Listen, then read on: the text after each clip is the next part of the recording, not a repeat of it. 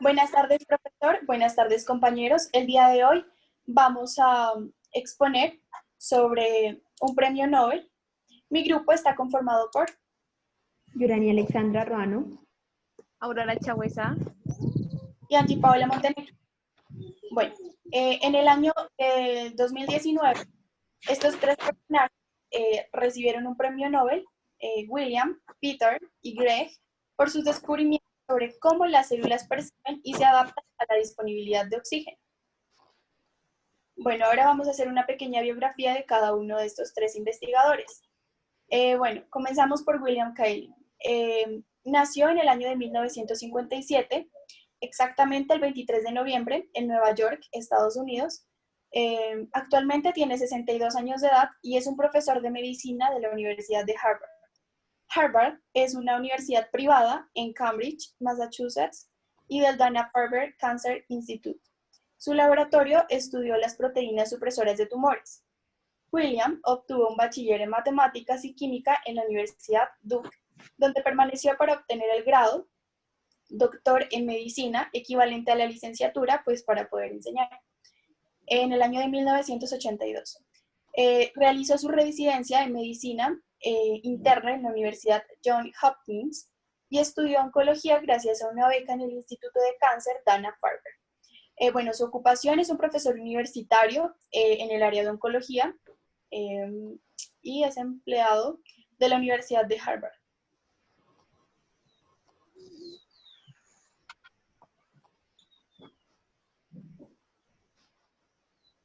Bueno, hablemos un poco de Peter Reclay. Bueno, Peter nació el 14 de mayo del año de 1954 en Moorgate, en el Reino Unido.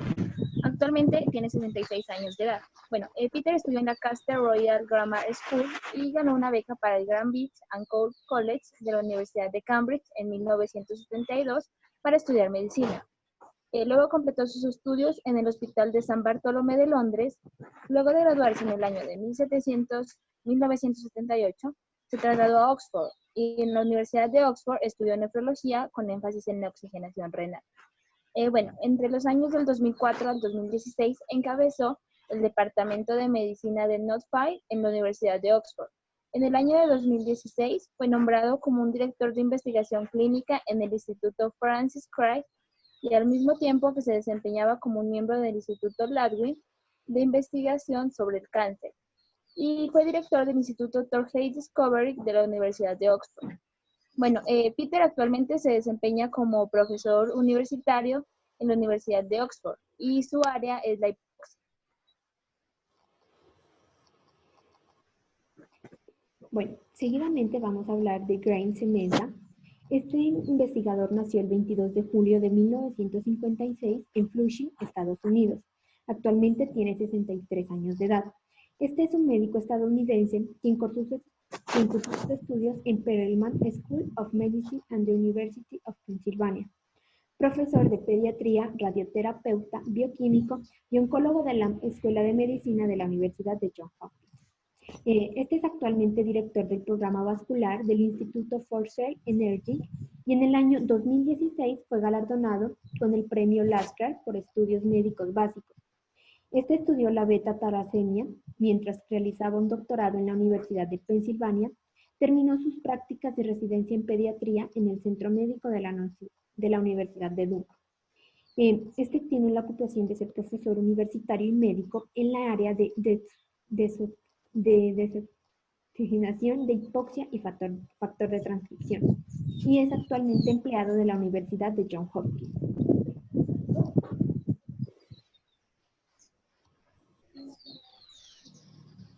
Bueno, a lo largo de su vida, estos tres investigadores han hecho publicaciones. Como nos podemos dar cuenta, Koenig ha hecho 207 artículos en la revista PubMed. Y Radcliffe ha hecho 286 artículos y Semenza 404 artículos en la misma revista. Cabe destacar que estos tres investigadores en el año 2016 obtuvieron el premio de Albert Lasker por la investigación médica básica.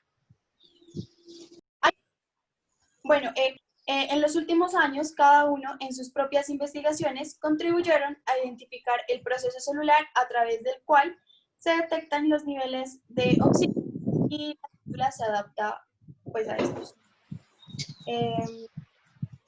Bueno, ¿por qué respiramos? ¿Para qué necesitamos el oxígeno? Por más absurdas que sean las preguntas, pero pues no todos sabemos dar una respuesta. La importancia fundamental del oxígeno se ha entendido durante mucho tiempo, pero se desconocía el proceso celular a través del cual las células se adaptan a cambios en los niveles de oxígeno. Las células animales necesitan oxígeno pues, para convertir los alimentos en energía útil mediante el metabolismo. La respuesta está en los genes. Se encuentra en la regulación de la expresión génica de los distintos genes.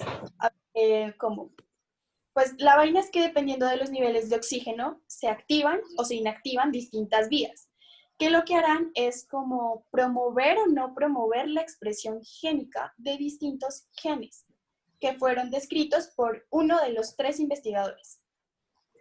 Ahora vamos a ver cómo contribuyó cada uno de los investigadores a conocer todo este sistema del oxígeno.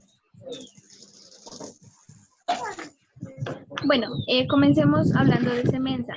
Semenza centró sus investigaciones en la Universidad de Johns Hopkins, en el descubrimiento del gen EPO. Bueno, el gen EPO codifica para una enzima de eritropoyetina. Es la encargada de fomentar la producción de los eritrocitos o los glóbulos rojos, que se encargan de captar el oxígeno.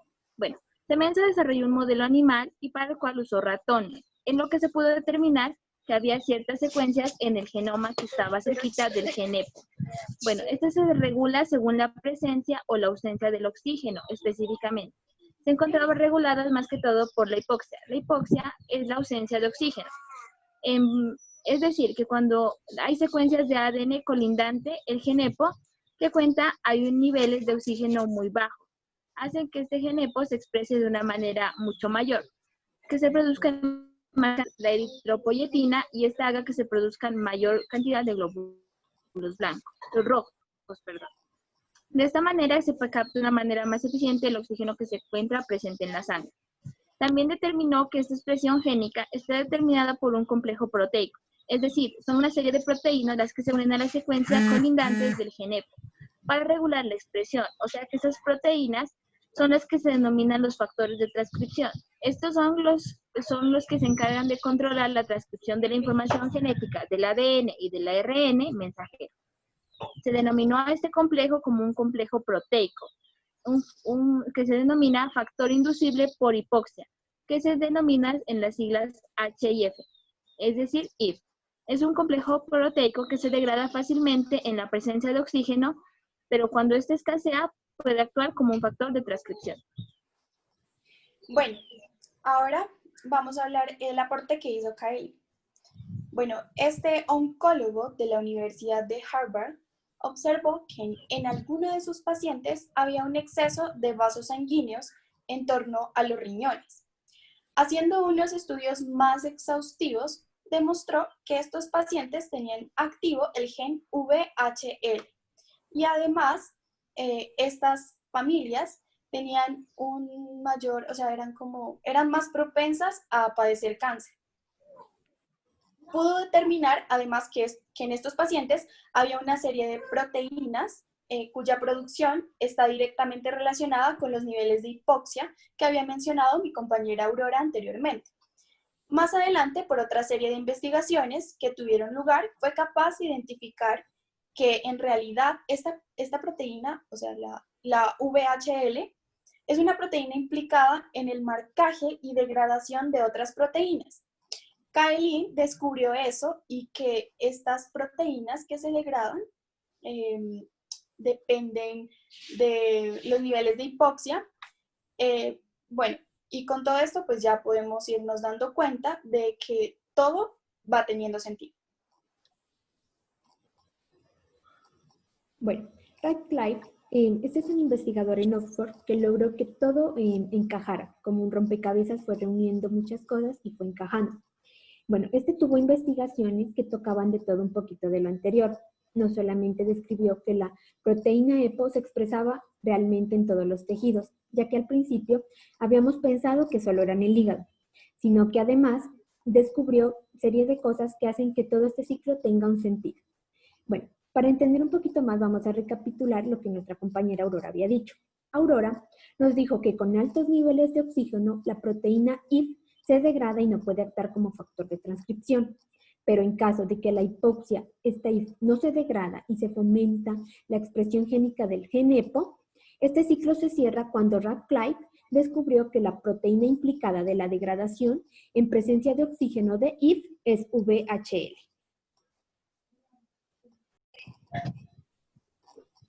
Bueno, descubrieron que cuando hay oxígeno presente, una modificación química en la proteína VHL, llamada prolil hidroxilación, permite que el VHL se una al IF, lo que produce que su descomposición. Pero esta modificación se bloquea cuando las células carecen del oxígeno, lo que inicia una actividad del IF. Como resultado, las células pueden reaccionar a los bajos niveles de oxígeno, simplemente bloqueando la descomposición del IF. Bueno, para poder entender mejor lo que acabó de decir mi compañera Aurora, procedemos a ver un video que nos explica la biología molecular de todo este proceso.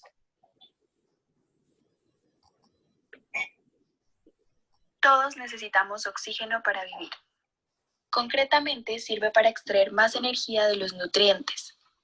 Sin embargo, a diferentes altitudes geográficas, bajo ciertas condiciones fisiológicas como aguantar la respiración y en ciertas patologías, nuestro cuerpo tiene que adaptarse a la escasez de oxígeno. De esto es lo que trata este premio Nobel. Bueno, dentro de nuestras células existen unas proteínas llamadas factor inducible a la hipoxia 1 o IF1, para abreviar, y esta está compuesta por dos partes, IF1 alfa e IF1 beta. Si las dos se juntan es una señal de que hay poco oxígeno. Es por ello que se dice que IF1 es un sensor de oxígeno. Bueno, y así es como funciona este sensor. Bueno, IF1 alfa se encuentra en el citoplasma de la célula, en cambio IF1 beta se encuentra en el núcleo. En presencia de oxígeno se activan unas enzimas llamadas prolihidroxilasas dependientes de oxígeno y, como sugiere el nombre, hidroxilarán prolinas cuando hay oxígeno. En este caso, la IF1 alfa es hidroxilada por el PHD y eso es malo suponiendo que tú o yo fuéramos la IF1 alfa, porque ahora serías blanco para la ubiquitinación.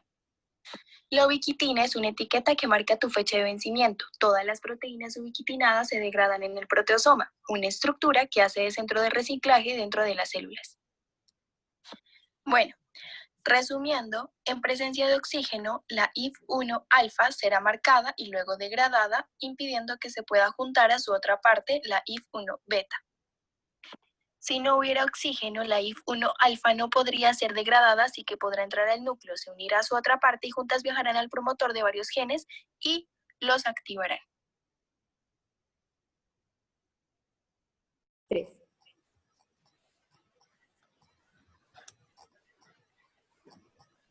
Bueno, con mis compañeras hemos querido, para entender mejor este ciclo, hacer una analogía. La analogía consiste con un automóvil.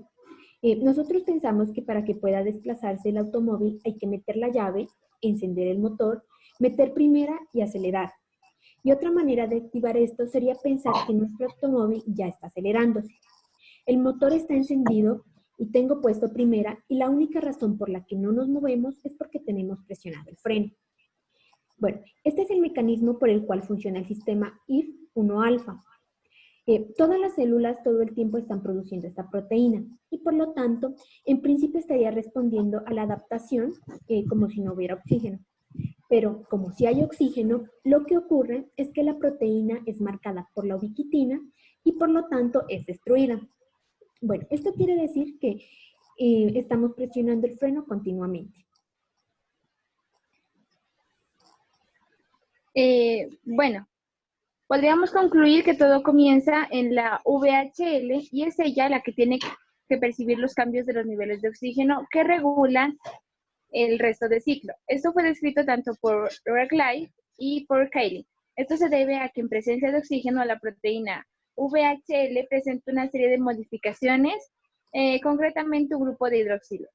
Con este grupo, la proteína VHL es capaz de reconocer a IF. La marca se degrada y así termina el ciclo. Pero en condiciones de hipoxia, la VHL no presenta estas modificaciones, de manera que IF no es marcada, no se degrada y no es capaz de actuar como un factor de transcripción para fomentar la transcripción del gen EPO.